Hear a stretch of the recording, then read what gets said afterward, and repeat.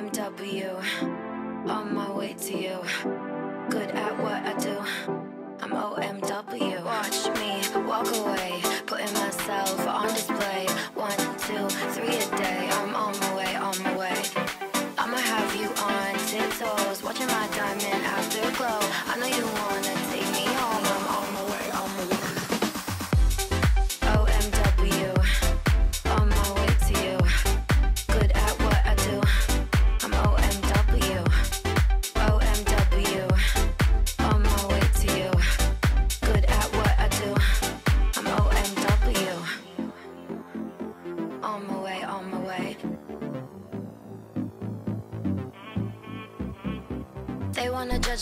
Für euch im Test haben wir heute hier den brandneuen Wingsurfer von Nash, Modell MK4. Hier wurde doch einiges gegenüber dem Vorgängermodell verändert, so gehen wir erstmal alle Punkte der Reihe nach dementsprechend durch. Um den Wing am Handgelenk zu sichern, haben wir hier weiterhin eine Coiled Leash. Die ist von der Dimensionierung gut bemessen und ist lang genug, um ohne Probleme den Wing zu wenden. Nash hat jetzt auch auf längere, größere Lenk- und Griffschlaufen umgestellt. Davon sind es 4 an der Zahl. Die sind leicht eckig geformt, aber sehr schön dimensioniert, greifen sich ebenfalls auch mit Handschuhen gut, ohne dass hier eine zusätzliche übermäßige Griffkraft erforderlich ist. Auch die Frontschlaufe ist minimal größer und auf der Innenseite an der Fronttube mit Neopren abgepolstert. Be- und entlüftet wird weiterhin über ein Standard-Pedal-Ventil, funktioniert ausgezeichnet und trägt überhaupt nicht auf.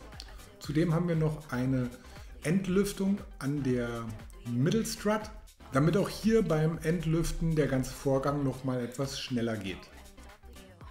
Das Flugtuch ist ein Double Ripstop Material. Die gesamte Hinterkante ziert natürlich auch eine Tuchdopplung und mehrere eingenähte Kunststoff-Patches, damit das Ganze hier nicht flattert. Und das insgesamt robuste Bild bei Nash bleibt vollständig erhalten, weil wir haben wieder an den Aufschlagstellen gummiertes Gewebematerial. Das ist alles sehr üppig ausgeführt, auch an den Tipps. Hier braucht man sich auch nicht vor der Skate-Session fürchten, halt, das hält hier ein bisschen was aus. Die Fenster sind insgesamt ein klein bisschen größer geworden, ansonsten weiterhin recht mittig platziert.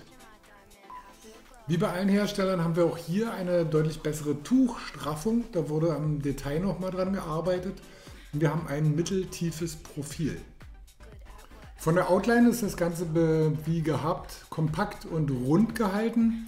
Die Abrisskante ist mit leichten konkaven Abrisskanten versehen.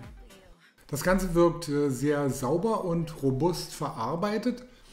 Insgesamt hat hier das Gewicht mit 3,15 Kilogramm proportional nicht zugenommen.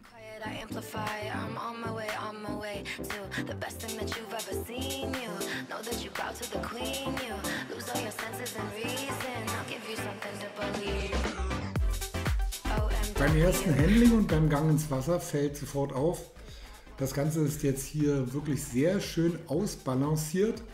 Wir haben auch keine Tendenz mehr, dass sich der Wing einfach so von alleine umdrehen möchte, egal in welcher Position er sich befindet.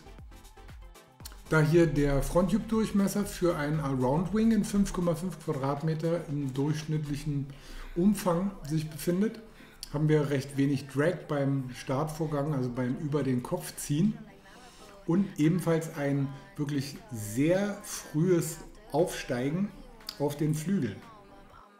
Schön sind dabei die jetzt wirklich 100%ig optimal positionierten Griffe, die aufgrund des Wegfalls der V-Handles und der vielen kleinen Schlaufen, die wir vorher gefunden haben, es ist alles nicht mehr so irritierend, es ist viel leichter und intuitiver zu bedienen als bei den Vorgängern.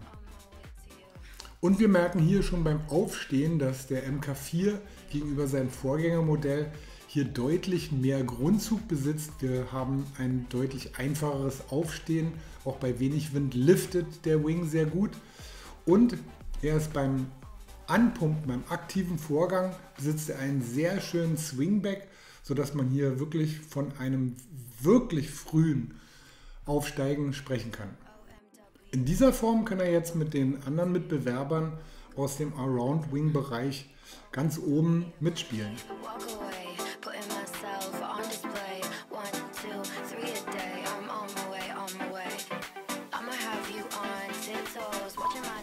Auch in puncto Geschwindigkeit hat hier der MK4 nochmal spürbar zugelegt. Hier gibt es jetzt in Kombination mit einem schnellen Voll schon wirklich racige Fahrleistungen. Dabei ist angenehm, dass hier der Zug auf der hinteren Hand auch bei höherer Geschwindigkeit und stärkerem Wind nicht unangenehm zunimmt.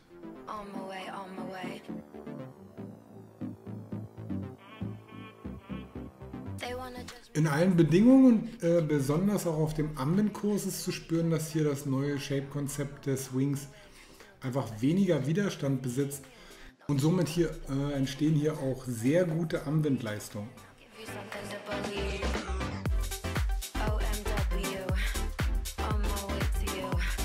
Dieser reduzierte Widerstand und die schöne Ausbalanciertheit dieses Wings sorgen für ein ganz ausgezeichnetes Manöverhandling. Auch das mitteltiefe Profil ist für Manöver im Bug nicht zu weit vom Weg, wenn es umschlägt, sodass man hier immer schön die Kontrolle behält und man ein leichtes, schon gar fast spielerisches Handling genießen kann.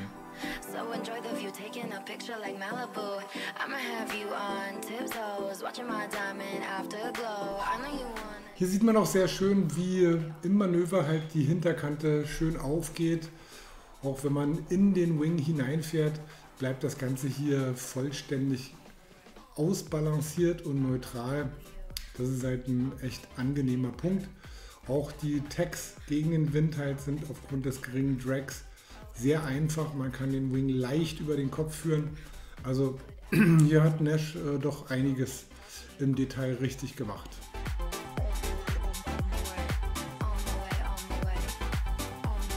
Folgt man ihn an der Frontschlaufe gehalten, so ist er auch gut ausbalanciert. Man braucht hier nur kleine, winzige Korrekturen. Insgesamt muss man aber sagen, dass der hauseigene Matador hier dann das Ganze noch ein bisschen besser macht.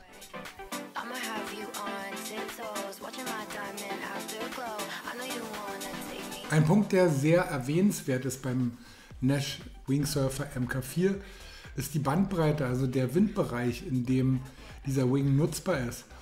Auch bei sehr starkem Wind oder bei sehr böigem Wind, wie auch hier zu sehen, hält sich die Kappe vom Profil her immer absolut sauber. Die Kräfte erhöhen sich hier so gut wie gar nicht und wir haben auch im obersten Windbereich eine ganz ausgezeichnete Kontrolle dieses Wings. Im Wesentlichen wird hier der ansteigende Wind wirklich nur in Vortrieb direkt umgewandelt.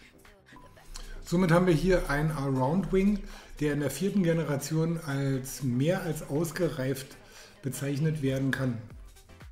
Auch wenn er in allen Disziplinen gut funktioniert, punktet er besonders bei den Fahrleistungen, das heißt halt bei Geschwindigkeit und seinem Amwindverhalten und das stets mit einem gut beherrschbaren Handling. Oder auch der mit dem Wingen beginnt, darf sich hier mit einem wirklich zuverlässigen Wing aufs Wasser begeben. Er hat hier einen satten Grundzug, einen satten Vortrieb, ohne Querkräfte großartig zu entwickeln. Er ist leicht beherrschbar, gut ausbalanciert, reagiert direkt und sensibel auf die Steuerung. Also es gibt hier keine Einschränkungen, die den Spaß in irgendeiner Weise bremsen könnten. Und natürlich auch für diejenigen, die schon ein höheres Level besitzen, dürfen sich über gute Sprungeigenschaften freuen aufgrund des hohen Speeds, den man hier erreichen kann und einer guten Tragkraft, sowie auch halt derjenige, der in der Welle fahren möchte, bekommt einen neutralen Flügel mit einer guten Ausbalanciertheit. Alles in allem ein tolles Produkt für den Allround-Bereich, der sich nicht vor den Mitbewerbern in diesem Bereich verstecken muss.